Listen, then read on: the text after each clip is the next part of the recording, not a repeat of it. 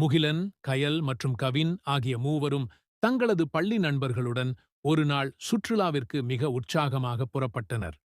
பேருந்து நகர ஆரம்பித்ததும், யாரெல்லாம் ஸ்நாக்ஸ் கொண்டு வந்தீங்க என்று கவின் குதூகலமாகக் கேட்டான். நண்பர்கள் அனைவரும் தங்களது தின்பண்டங்களைக் காட்ட, சிரிப்புச் சத்தம் பேருந்து முழுவதும் நிறைந்திருந்தது. ஆசிரியர்கள் இனிமையான பாடல்களைப் பாட, குழந்தைகள் அனைவரும் தாளம் போட்டு ஆடிக்கொண்டே சென்றனர். அந்த பயணமே ஒரு திருவிழா போல மாறியது. நீர்வீழ்ச்சிக்குச் செல்லும் வழியில் ஒரு அடர்ந்த காடு இருந்தது. திடீரென பேருந்து நின்றது. எல்லாரும் ஆச்சரியத்தோடு பார்த்தனர். ஜன்னல் வழியாக குட்டி யானைகள் தும்பிக்கையை ஆட்டி விளையாடுவதை பார்த்த குழந்தைகளுக்கு மகிழ்ச்சி தாங்கவில்லை. அதோ பாரு, குட்டி யானை என அனைவரும் வியந்து போயினர். சிறிது நேரத்தில் அவர்கள் நீர்வீழ்ச்சியை அடைந்தனர். தண்ணீரின் சத்தம் சலசலவெனக் காதில் தேனாக பாய்ந்தது. அந்த இயற்கையின் அழகு மனதை கொள்ளை கொண்டது.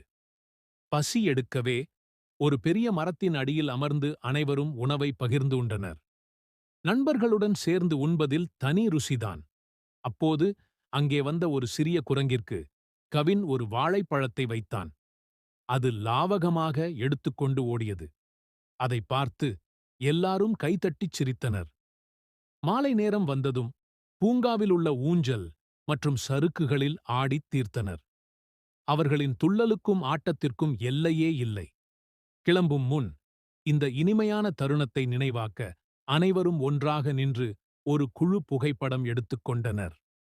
நாள் முழுவதும் விளையாடிய களைப்பில் திரும்பும் வழியில் பேருந்திலேயே அனைவரும் அயர்ந்து தூங்கிவிட்டனர்.